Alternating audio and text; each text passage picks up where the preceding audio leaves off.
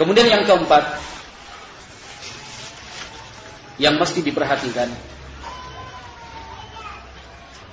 diperhatikan adalah membiasakan hidup bermusyawarah di dalam rumah tangga. Membiasakan untuk hidup bermusyawarah di dalam rumah tangga. Jangan menjadi suami yang saklek, jangan pula menjadi istri yang saklek. Artinya saklek itu sebagai contoh nyari rumah kontrakan. Salafin kan kebanyakan kontraktor. Sering kontrak sana, kontrak sini, mengikat kontrak. Mahal loh ikatan kontraknya. Umpamanya mencari rumah kontrakan. Suami yang mencari rumah kontrakan, sebelum memutuskan rumah ini jadi saya kontrak atau tidak, maka bermusyawarah dulu dengan istri. Jangan katain murah kono bae. Sudah buat kontrak baru. Ini sudah sampaikan kepada istrinya, sudah tak kontrakan rumah di sana. Murah loh. Besok Ahad kita pindah-pindah, nggak usah ikut daurah dulu. Umpamanya, nggak usah ikut daurah dulu. Ini lebih penting ini pindah-pindah rumah tangga, biar harmonis rumah tangga kita. Tapi sebelumnya tidak pernah meminta pertimbangan, musyawarah dari istrinya. Sekarang kalau dipikir, yang paling banyak tinggal di rumah istri apa suami? Perempuan. Yang paling banyak tinggal di rumah adalah perempuan. Sehingga dalam menentukan rumah kontrakan, kalau kita ingin bangun rumah, bentuk rumahnya seperti apa, letak dapurnya di mana, maka sebenarnya yang paling penting menentukan itu adalah musyawarah tadi. Musyawarah. Istri tentu yang paling sering dan tinggal di rumah, dialah yang berhak untuk menentukan, Mas di sini saja. Ini kayaknya lebih enak. Ini enggak, mau yang sudah tak kontrakan di sana, yang penting murah. Tidak. Setelah selesai, alhamdulillah murah. Sampaikan kepada pemilik rumah, saya ingin ngajak istri saya dulu. Diajak istrinya. Ini gimana? Ini sebagai seorang suami jangan saklek, beli kontrak, nyoh. Enggak gitu. Nyoh. Tapi sebagai istri pun jangan saklek. Sudah dibawa ke rumah kontrakan, wah kurang luas mas. Ini kan imbang ya, imbang. Kalau imbang itu enak. Suami ngontrakkan rumah seperti ini, sebelum resmi dikontrak, istrinya diajak. Istrinya yang diajak melihat rumah karena bahagia dan senang diajak musyawarah oleh suaminya, ya sudah mas saya senang dengan rumah ini. Enak kan? Gitu. Jadi istri juga jangan saklek, wah dapurnya kurang tinggi. Pikirane wastafel piye mas? Wastafel ngasnene Wonogiri kok wastafel. Bahasanya orang Solo loh, jangan tersinggung orang Wonogiri. Jangan tersinggung. Ini saya menggunakan bahasa sehari-hari saja. Oh minta wastafel artinya di kampung aja nggak pakai wastafel kok. No, wastafel ora mas. Itu mana? Terus ki jendelone kurang. Tidak. Tapi masing-masing suami dalam memilih rumah kontrakan ngajak istrinya. Istri yang sudah diajak terima juga, ya. Enak begitu. Artinya membiasakan hidup bermusyawarah. Sampai umpamanya sekalipun membeli yang untuk goreng-goreng itu, wajan dan sebagainya itu.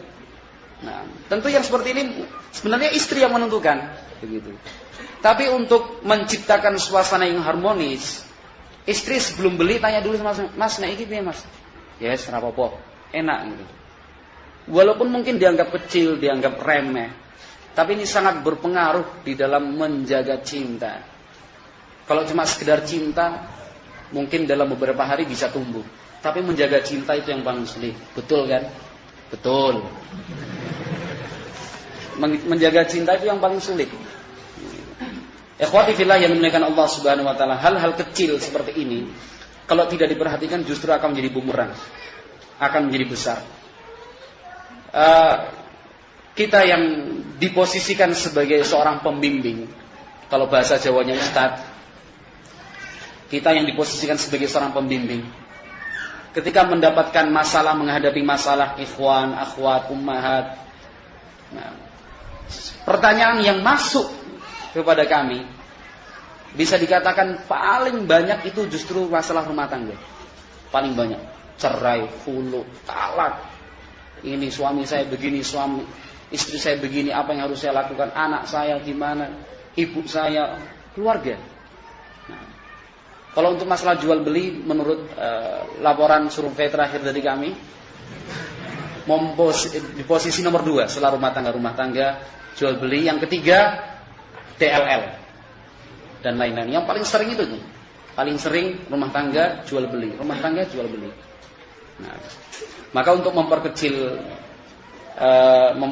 masalah tersebut dan memperingan tugas kami, mohon jangan buat masalah. Iya kan? Mohon jangan buat masalah. Akhirnya ya alhamdulillah jadi sebab kita buka buku murojaah. Tapi kan lebih bagus bisa dimanfaatkan untuk aktivitas-aktivitas yang lain. Maka dari itu belajar ya kawan terus. Jangan merasa cukup ngaji cuma sebulan sekali. Kalau pas ada daurah baru ngaji. Jangan. Kalau bisa setiap hari ngaji. Alhamdulillah radio juga sudah ada, bisa dengarkan radio setiap saat. Kecuali yang nggak sampai di tempatnya. Baik, ini masih kaidah yang keempat, membiasakan hidup bermusyawarah dalam rumah tangga. Dalilnya adalah firman Allah Subhanahu wa taala dalam surat Ali Imran. Dalilnya adalah firman Allah dalam surat Ali Imran ayat 159. Ayat 159. Allah Subhanahu wa taala berfirman, "Wasyawirhum fil amri." Wasyawirhum fil amri. Ajaklah mereka bermusyawarah dalam masalah yang dihadapi. Apakah sebatas musyawarah itu dalam dakwah saja? Atau dalam RT, RW? Tidak. Musyawarah itu harus dihidupkan mulai dari kehidupan rumah tangga. Nah, hidup dalam rumah tangga. Pengeluaran bulan ini untuk apa saja? Anggarannya seperti apa? Semua dimusyawarahkan. Jenis sepeda motor yang akan kita beli apa? Jet Toilet apa? Honda Pitung puluhan itu dibahas. Apakah yang ada tutup rantainya ataukah tidak? Sekaligus diingatkan terus bahwa ikhwan yang punya sepeda motor dan rantainya masih belum ditutup dan biasa memboncengkan akhwat atau istri, harap segera. Di Ngawi gitu pernah terjadi. Ustaz Rifai pernah cerita soal Abdullah. Boncengan suami istri masuk, anaknya terlempar, istrinya tergeret, suaminya santai aja. Enggak paham ini. Truk di belakangnya ngosep. Oh, ini untuk ngerem. Baru gunjal-gunjal gembos piye. Lihat ada akhwat yang tergeret, istrinya. Masih banyak, saya yakin masih banyak sekarang ini. Bisa dicek mungkin oleh panitia. Asy-Syaikh Abdurrahman As-Sa'di rahimahullah di dalam tafsirnya mengatakan ay al-umurul lati tahtaju ila istisyaratin wa nadharin wa fikrin fa inna fil istisyarati minal fawaidi wal masalihid diniyah wad dunyawiyah ma la yumkinu hasruhu. Kata Imam Asy-Syaikh Abdurrahman As-Sa'di rahimahullah, perkara-perkara atau masalah yang membutuhkan musyawarah, pemikiran dan pertimbangan, maka mengajak orang lain untuk membicarakannya akan membawa banyak maslahat, faedah, manfaat dunia dan akhirat yang tidak mungkin terhitung jumlahnya. Yang seperti ini dipraktikkan sendiri oleh Rasulullah sallallahu alaihi wasallam. Di dalam kisah perjanjian Hudaybiyah dari sahabat Miswar bin Makhramah, kata beliau, falamma faragha min qadhiyatil kitab qala Rasulullah sallallahu alaihi wasallam li ashabihi qumu fanharu thumma hliku. Jadi dalam perjanjian Hudaybiyah ketika itu Rasulullah ingin melaksanakan ibadah ke Mekah. Tetapi dihalang-halangi oleh orang-orang Quraisy. Kemudian Rasulullah sallallahu alaihi wasallam membuat perjanjian Hudaybiyah kepada orang-orang Quraisy, artinya tidak jadi melaksanakan ibadah ke Mekah. Setelah selesai menulis surat perjanjian, maka Nabi Muhammad alaihi salatu wasallam mengumumkan kepada para sahabatnya, sekarang hewan-hewan yang kalian bawa disembelih. Kemudian Kata Rasulullah sallallahu alaihi wasallam, sekarang hewan-hewan yang kalian bawa disembelih. Kemudian cukurlah rambut kalian. Qala fa wallahi ma qama minhum rajul. Kata Al-Miswar bin Makhramah, demi Allah, tidak ada seorang pun sahabat yang bangkit melaksanakan perintah Nabi ketika itu. Nah, tidak ada seorang pun dalam hadis yang diriwayatkan oleh Al-Imam Al-Bukhari rahimahullah di dalam sahihnya. Tidak ada seorang pun sahabat yang bangkit berdiri. Sampai Nabi Muhammad SAW mengucapkan 3 kali tetap tidak ada yang bangkit berdiri. Falamma lam yakum minhum ahadun dakhala ala ummi Salamah. Setelah melihat tidak ada seorang pun sahabat yang bangkit berdiri, maka Nabi Muhammad SAW segera masuk ke kemah Ummu Salamah. Ummu Salamah ini istri Nabi Muhammad SAW. Fadzakara laha ma laqiya minan nas. Maka Nabi Muhammad SAW menceritakan apa yang beliau alami bersama para sahabatnya. Artinya istri dilibatkan dalam musyawarah. Lihat Nabi Muhammad SAW menceritakan hal ini kepada istrinya. Nah, faqalat Ummu Salamah, maka Ummu Salamah mengatakan, "Ya Nabi Allah, atuhibbu dzalik?" Wahai Nabi Allah, apakah Anda ingin agar sahabat itu benar-benar menyembelih hewan mereka kemudian mencukur rambut? Kata Ummu Salamah, "Ukhruj, thumma la tukallim ahadan minhum kalimatan hatta tanhara badanak wa tad'u halikaka fayahlikak." Kata Ummu Salamah radhiyallahu ta'ala anha, "Wahai Nabi, silakan Anda keluar kembali. Jangan mengajak berbicara seorang pun di antara sahabatmu. Anda sendiri sembelih unta. Kemudian panggil tukang cukur dan meminta dia untuk mencukur rambut Anda di hadapan sahabat seluruhnya." Mafhum ceritanya kan? Nabi tadi minta, sudah selesai, tidak jadi melaksanakan ibadah ke Mekah, kita pulang. Tapi sebelum pulang hewan disembelih, rambut dicukur. Padahal belum ibadah ke Mekah. Begitu para sahabat memikirkannya. Enggak jadi. Tidak ada yang melakukannya, tidak ada yang menyambut sampai 3 kali. Nabi akhirnya masuk ke dalam kemah, menceritakan kepada Ummu Salamah. Ummu Salamah memberikan usulan, sudah, Anda keluar lagi, potong unta milik Anda sendiri, panggil tukang cukur rambut Anda. Jangan berbicara. Fa kharaja falam yukallim ahadan minhum hatta fa'ala dzalik. Maka Nabi Muhammad SAW pun keluar, kemudian melakukan apa yang diusulkan oleh Ummu Salamah radhiyallahu taala anha. Falamma ra'au dzalika qamu fanaharu wa ja'ala ba'dhum yahliku ba'dhan hatta kada ba'dhum yaqtulu ba'dhan ghamma. Kata Al-Miswar bin Makhramah, ketika para sahabat melihat Rasulullah sallallahu alaihi wasallam melakukan yang seperti itu, menyembelih unta kemudian mencukur rambut, maka mereka pun berlomba-lomba untuk menyembelih hewan sembelihan mereka, kemudian satu sama lain saling mencukur rambutnya, membantu untuk mempercepat agar cepat selesai. Ikhwati fillah yang dimuliakan Allah Subhanahu wa taala, hadis yang diriwayatkan oleh Imam Al-Bukhari ini pun menjadi dasar bahwa kita di dalam hidup berumah tangga juga harus selalu membiasakan untuk bermusyawarah.